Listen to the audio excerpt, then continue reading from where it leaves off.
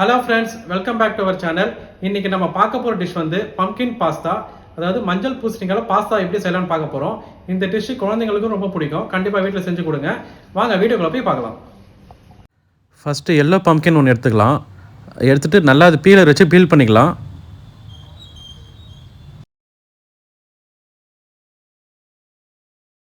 Feel பண்ணிவிட்டு அது உள்ள இருக்க விதையெல்லாம் எடுத்துடலாம்.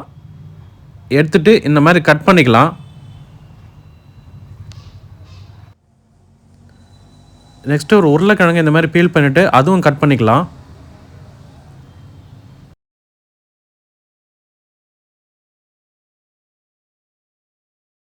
நெக்ஸ்ட்டு ஒரு பாத்திரத்தில் அந்த எல்லோ பம்கினையும் உருளைக்கிழங்கையும் வேக வச்சுக்கலாம். தண்ணி மீடியமாக ஊற்றி வேக வைக்கணும்.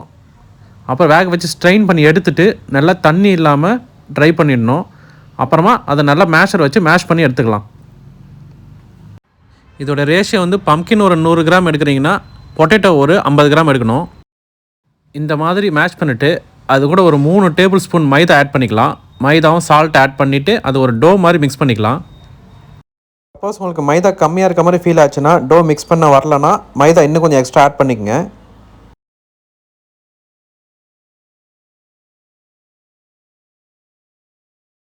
இந்த மாதிரி டோ நல்லா மிக்ஸ் பண்ணணும். நல்லா சாஃப்டாக வர வரைக்கும் மிக்ஸ் பண்ணணும்.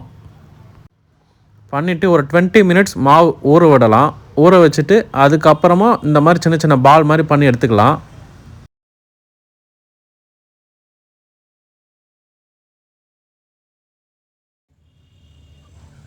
அப்புறமா ஒரு டூத் பிக் யூஸ் பண்ணி இந்த பால்க்கு நடுவில் நல்லா ப்ரெஸ் பண்ணி எடுத்துட்டு நைஃப் யூஸ் பண்ணி அதை ஷேப் பண்ணிக்கலாம். இந்த மாதிரி பொறுமையாக ஷேப் பண்ணணும். ரொட்டேட் பண்ணி அப்போ தான் உங்களுக்கு அந்த பம்கின் ஷேப் கிடைக்கும்.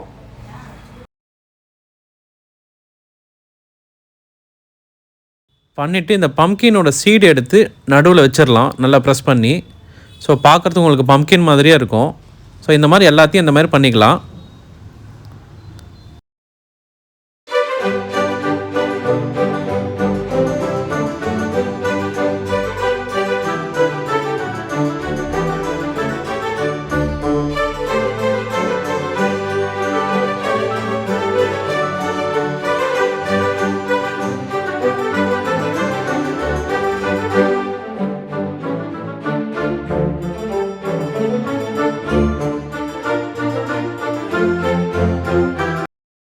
எல்லாத்தையும் அந்த மாதிரி ஷேப் பண்ணிவிட்டு இப்போ ஒரு ஹாட் வாட்டரில் சால்ட்டு போட்டு எல்லாத்தையும் பாயில் பண்ணி எடுத்துக்கலாம்.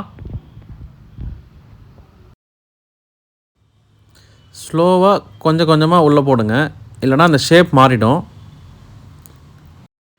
ஒரு 10 to 12 மினிட்ஸில் பாயில் ஆகிடும்.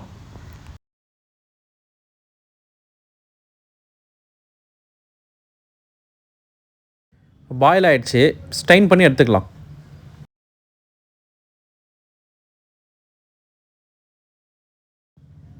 வடிகட்டினதுக்கு அப்புறம் ஒரு பேனில் ஆயில் போட்டு இதை லைட்டாக டாஸ் பண்ணி எடுத்துக்கலாம்.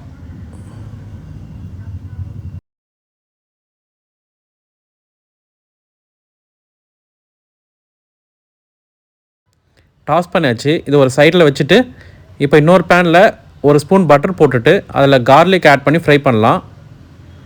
கார்லிக் ஃப்ரை ஆனதுக்கப்புறம் ஒரு டேபிள் ஸ்பூன் மைதா ஆட் பண்ணிக்கலாம். மைதா ஆட் பண்ணி நல்லா மிக்ஸ் பண்ணிவிட்டு அதில் மில்க் ஒரு 100 ml ஆட் பண்ணிக்கலாம்.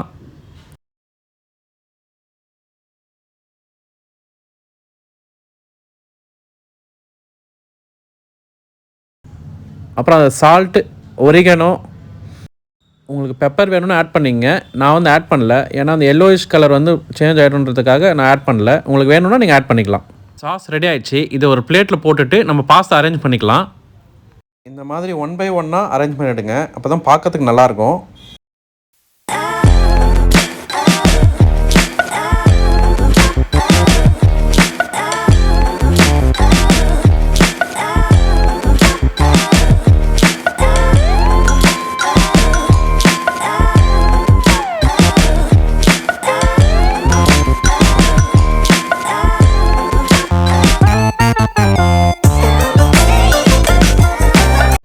பம்கின் பாஸ்தா நீங்களும் வீட்டில் ட்ரை பண்ணி பாருங்கள். இந்த வீடியோ பிடிச்சிருந்தா லைக் பண்ணுங்கள், ஷேர் பண்ணுங்கள், சப்ஸ்கிரைப் பண்ணுங்கள்.